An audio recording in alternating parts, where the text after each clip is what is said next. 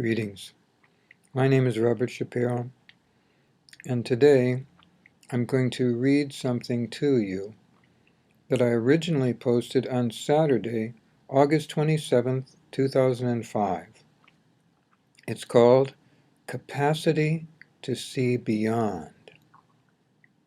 I'm going to give you a little instruction, and that instruction is how to see clearly beyond what is directly in front of you. What is directly in front of you does not refer to a thought, an idea, but in fact, what is actually physically in front of you. Sometimes it will be something that isn't pleasant. How do you see beyond that? This is the foundation instruction I want to give you on a procedure known as long vision.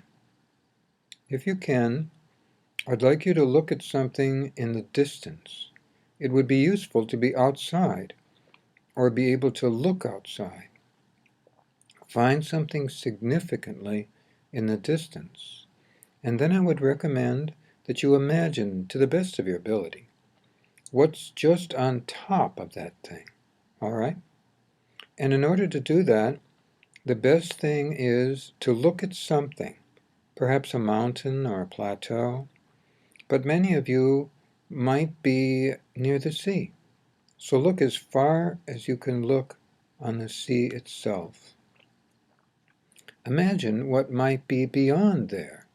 Perhaps imagine a whale, a peaceful, benevolent whale. Perhaps imagine a ship that is filled with friendly people, including crew, and try to imagine what it looks like. This will give you the opportunity to try that. Many of you live in a city and cannot see past a certain building that is blocking your way.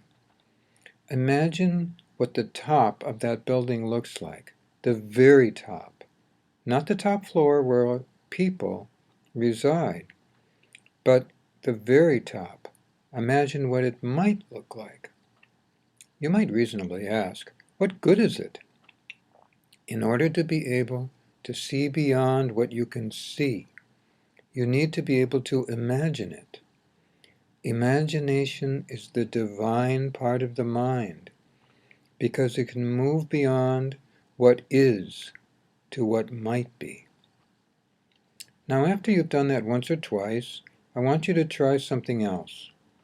Look up at your ceiling, all right? Or look at a wall on the other side of the room. Or look at a tree across the yard, or look at a wall across some distance. Don't go over and touch it. Not yet. What I'd like you to do is to use the arm you normally use to receive things. If it's your left hand, fine. If it's your right hand, fine.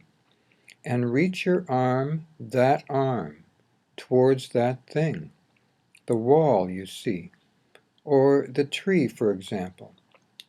And move your hand in such a way as it's somewhat in front of your eyes. And move your hand along the contours of that wall or that tree. What you're trying to do is this. If you're going to imagine that you can touch that tree or that wall. So you are reaching, but you are not actually going to get up and go over there and touch it. You're imagining what it feels like. Now, after you do that for a while, get up and go over and touch the tree or touch the wall. Don't do this with a human being, or you might accidentally take on some of the energy that they have around them, which you will not be able to process and which will be uncomfortable for you. I'd recommend not doing this with human beings at all. It can only be harmful to you. In time, I might give you the process to avoid that.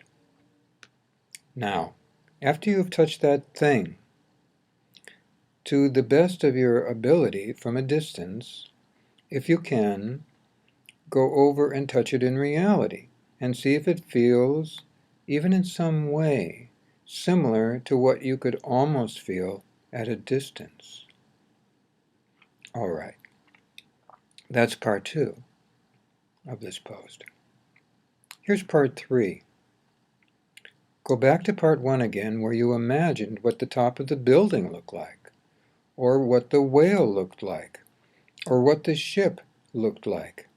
And this time, use what you just learned in part 2, long touch.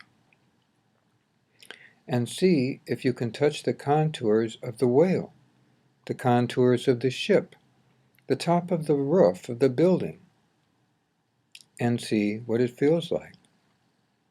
You may not be able to go there and actually see what it does feel like, but this gives you an opportunity to try something that you may be able to use to see, to touch, and to feel.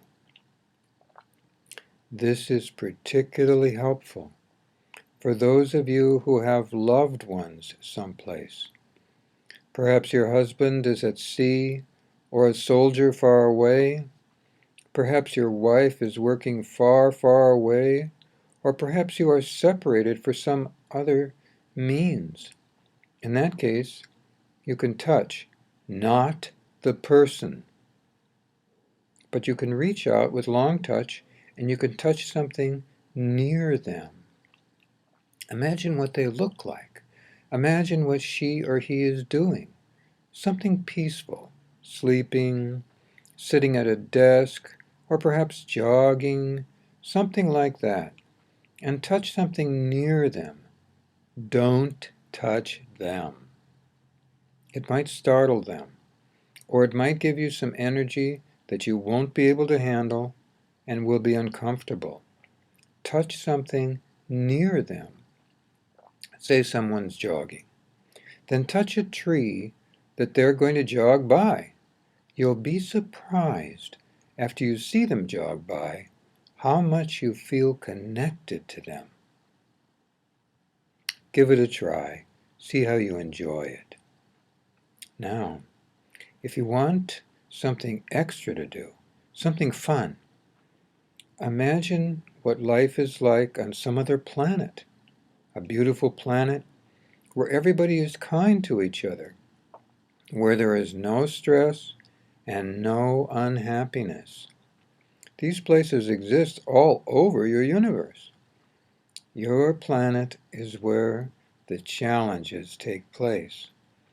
But it is also where people can grow and stretch and adapt to things that might help you to expand the capacity of your soul. So let's try something fun with what we've learned so far. Imagine this beautiful planet. Picture it as it might be. Then use your long touch and touch something there, not people. But touch something and see how you feel. Remember, the purpose of this is to see beyond, and this will give you a chance to see well beyond and perhaps even touch it. If it feels uncomfortable, immediately pull back your arm. But I've put safeguards in place, and I've asked Creator to put safeguards in place so that you cannot harm yourself or others. Be assured of that. I hope you enjoyed this departure today from Benevolent Magic. I feel it supports your opportunity to learn how you can function in your world in more benevolent ways and in more loving ways. Good life.